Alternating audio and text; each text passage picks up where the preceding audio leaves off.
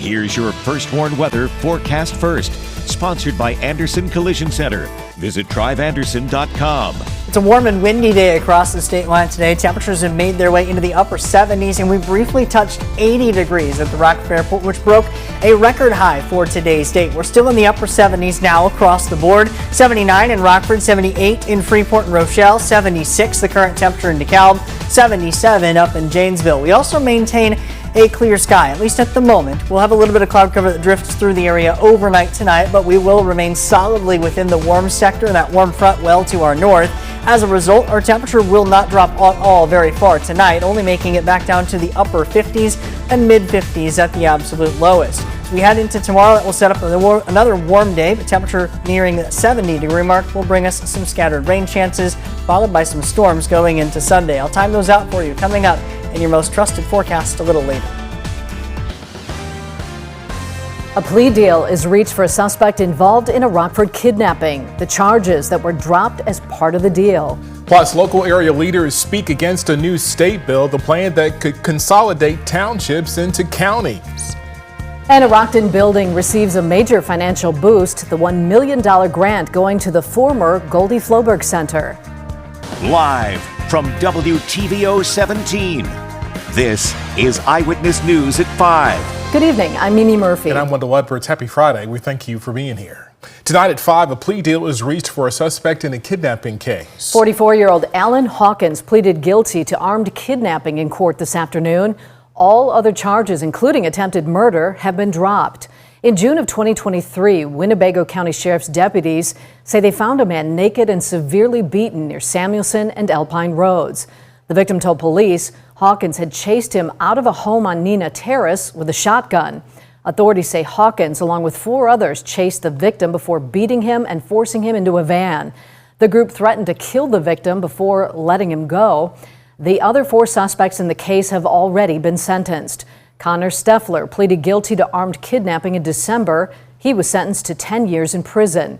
Lisa Lies, Kyla Lee, and Kylie Farmer each pleaded guilty to mob action. They were all sentenced to 180 days in jail.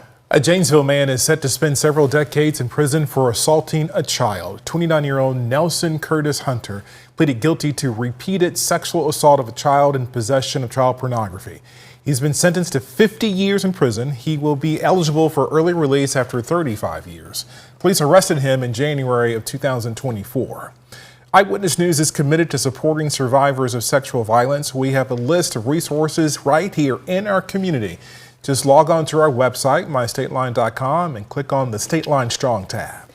The Social Security Administration says it has no current plans to close any of its field offices targeted by DOJ. Earlier this month, the Department of Government Efficiency published a list of SSA offices it recommended for closure, including the building on East Jefferson Street. The SSA denied reports of imminent closure in a statement this week, saying they have not permanently closed any local field offices this year.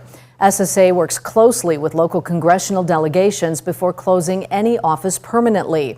The agency also reassigns employees from an affected office to other locations to help communities access in-person services. The agency did confirm an unrelated planned closure of an office in White Plains, New York. A bill making its way through the state legislature could change the landscape of local government. It would dissolve all townships with a population of less than 500. Eyewitness News reporter Blake Dietz spoke with county leaders and state lawmakers today. Blake, what do they have to say? Well, Mimi, Wendell, proponents of the bill tell me it will help cut unnecessary government, and that saves taxpayers money. However, on the flip side, some county board members, like those in Ogle County, believe eliminating townships would hurt services and taxpayer wallets. Now, that bill would dissolve those smaller townships and consolidate their responsibilities to the county level. Things like road and bridge maintenance, along with other programs, would be consolidated.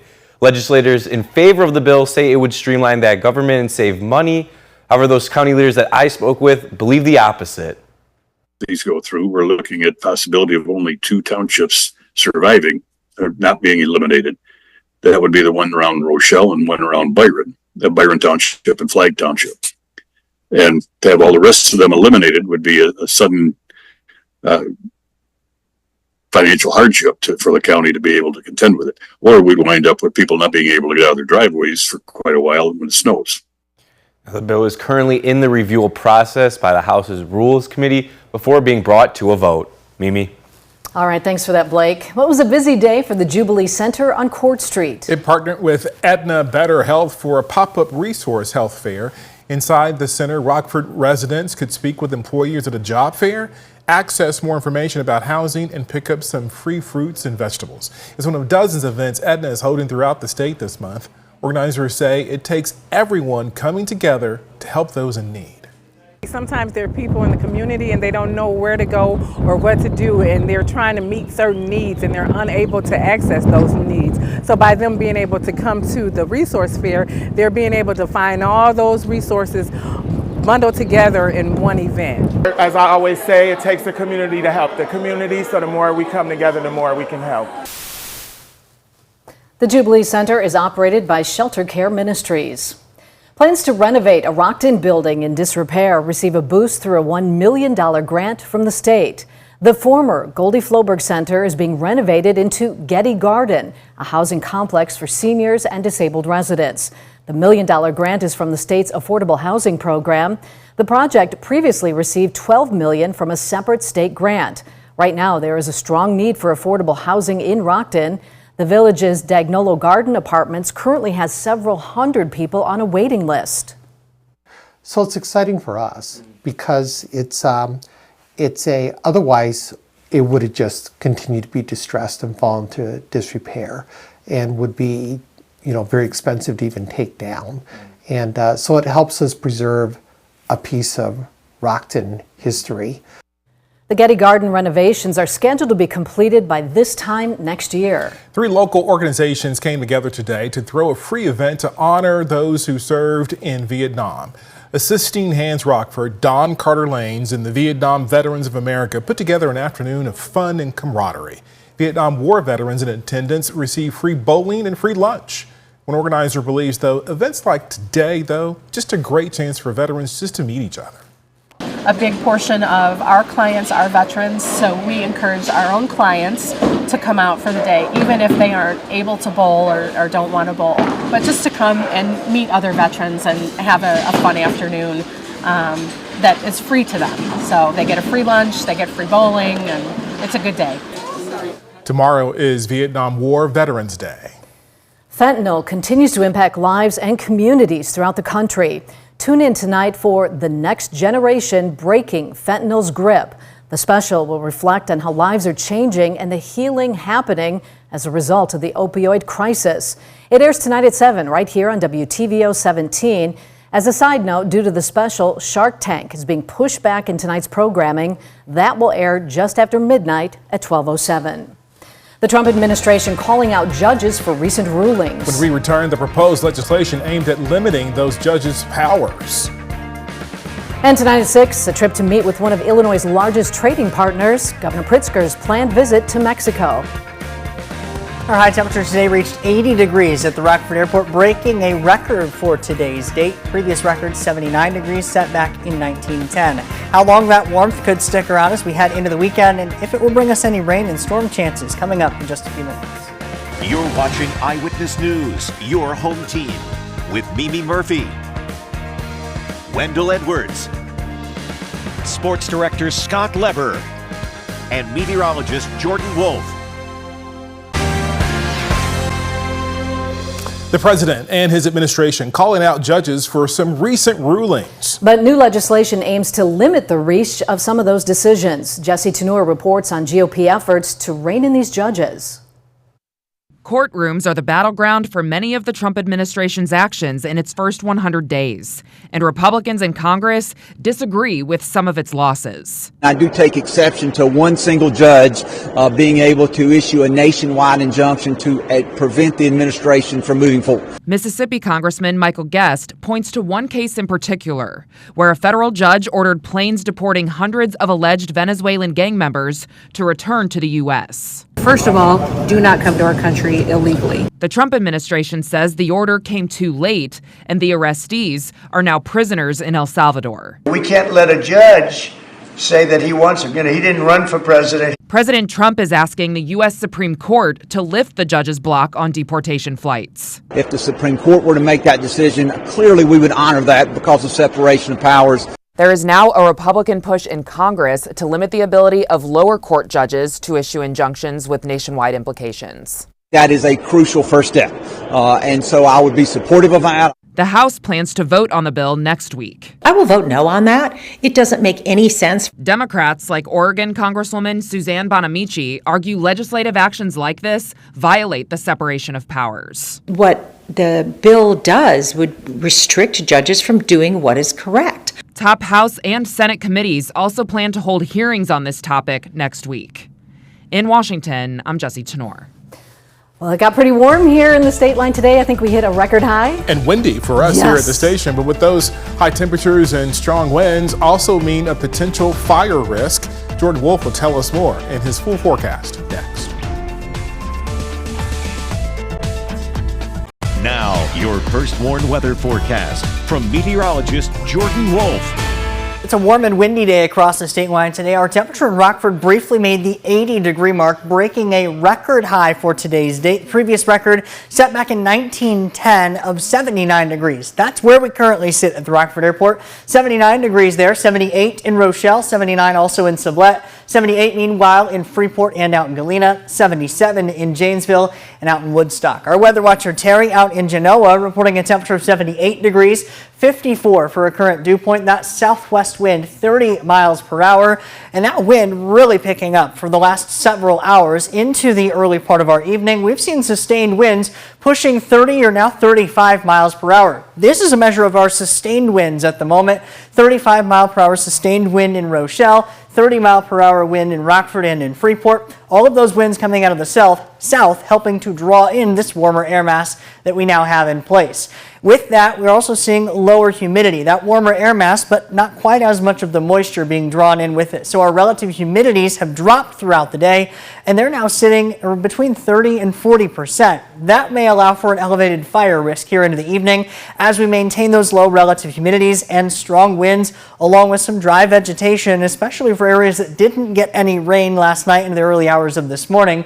So make sure that we are avoiding any outdoor burning here during the daytime today and going into the evening. Still pretty strong winds with our Mercy L Skytrack camera overlooking Freeport, brought to us by the Rockford Career College. The wind showing up there with the flagpole along with that blue sky off in the distance. No rain on the horizon here in the short term. Our temperatures will actually hold very steady overnight. They won't really drop very far at all, as we will remain within the warm sector of this broad weather system. The warm front sitting well up to the north, and you can see just how big of a difference it is from some temperatures south of that warm front to north of it. A difference of even 30 or 40 degrees just from one side of the front to the other. And meanwhile, we are on that warm side, so temperatures sitting in the 70s and close to 80 degrees. We will remain within that broad warm sector, although tomorrow may not be quite as warm as where we are today, but we'll still get close to that 70-degree mark as the warm front does start to sink a little bit further to the south with more broad moisture on the way for tomorrow. We'll also stay within the warm sector going into Sunday, but